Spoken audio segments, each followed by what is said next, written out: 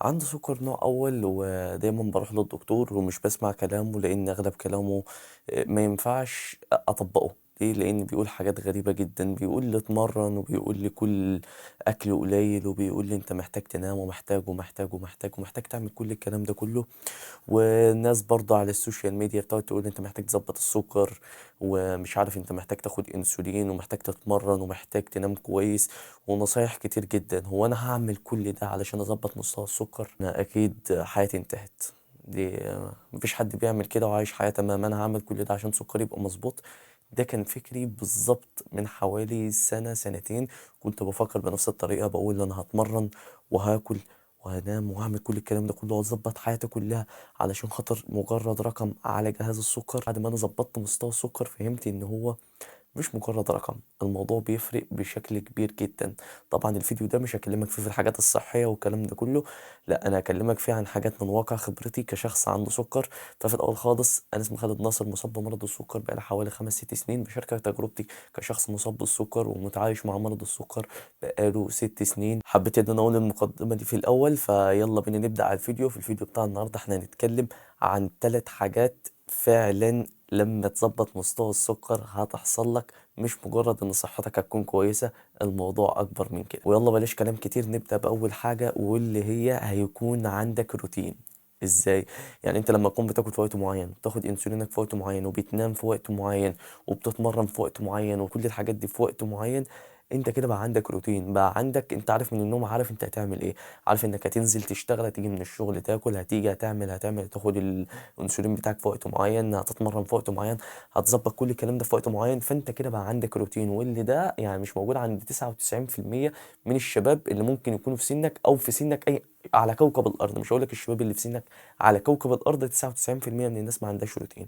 كلهم بيصحوا في وقت مختلف عن اليوم اللي قبله، بيناموا الساعة 6 الصبح ولا مش عارف بيناموا امتى، وبيصحوا بعد الظهر وحياتهم كلها متدمرة. طبعا مش بقول ان ده غلط، في ناس شغلهم هم اللي بيقول لهم ان هم يعملوا كده، تمام.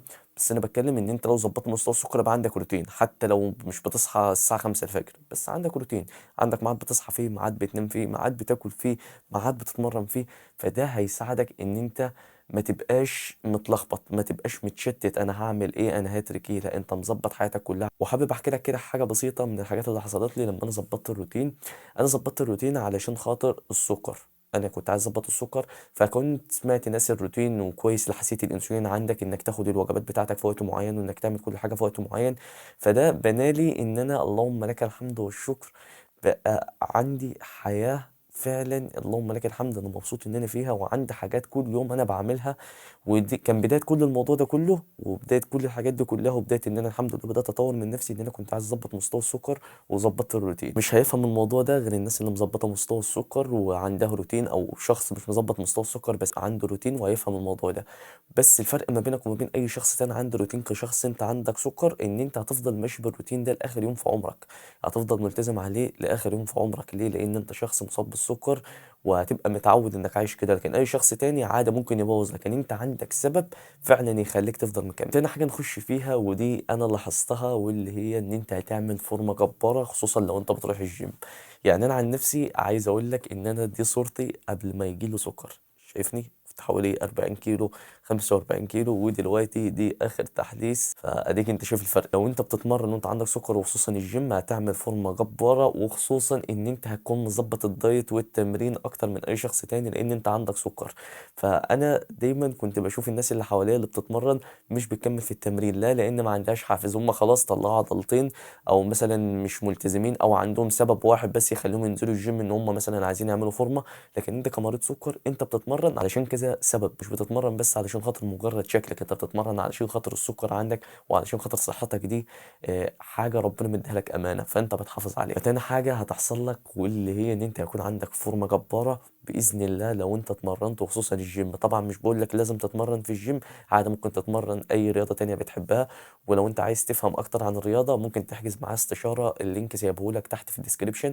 هديك كل اللي انت محتاجه واجاوب على كل اسئلتك في تخص الرياضه، تخص التغذيه، تخص الحاله النفسيه لمريض السكر، تخص كل حاجه عن مريض السكر.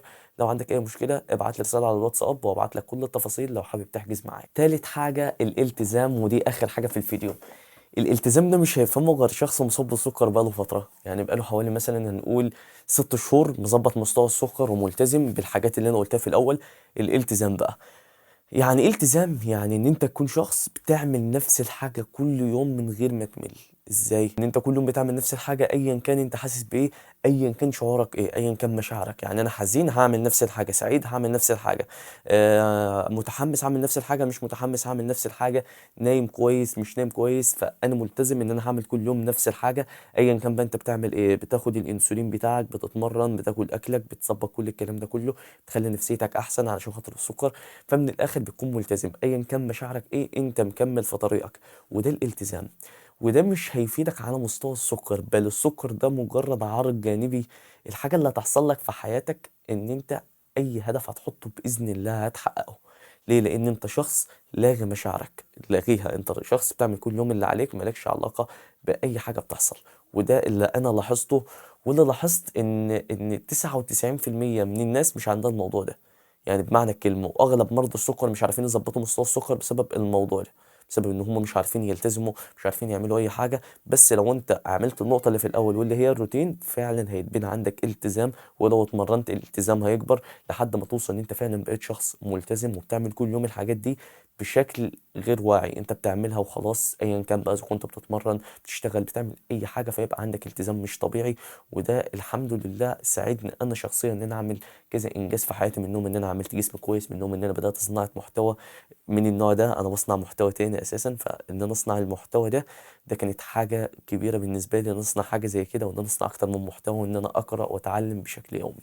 فالالتزام بدأ عندي من يوم ما ظبطت مستوى السكر. انا ما كانش عندي التزام، كنت بنام الساعه 6 الصبح، فيعني كانت الدنيا معايا بايظه. فالالتزام فعلا لو انت ظبطت مستوى السكر عندك هيبقى عندك التزام مش طبيعي، هيوصلك باذن الله باي شيء لاي هدف انت بتحلم بيه. وبس كده، ده كان الفيديو بتاع النهارده. دول الثلاث حاجات: اول حاجه الروتين، تاني حاجه التمرين، تالت حاجه الالتزام. دول انت يعني هتستفادهم جامد قوي قوي قوي لو انت ظبطت مستوى السكر. وكالعاده اعمل لايك، اعمل اشتراك. لو حابب تحجز معايا مكالمه، تواصل معايا تحت على الواتساب والانستجرام، ابعت لي على اللي يريحك فيهم وهرد عليك باسرع وقت. اكتب لي لو عندك اي سؤال في الكومنتات. اتمنى ما يكونش الفيديو يكون ملخبط قوي، لان الصراحه أنا مش بعمل سكريبت، انا بتكلم كده بطبيعتي. لان اغلب المحتوى او 90% من المحتوى بيكون نابع من خبرتي انا كشخص مصاب بالسكر. وبس كده، السلام.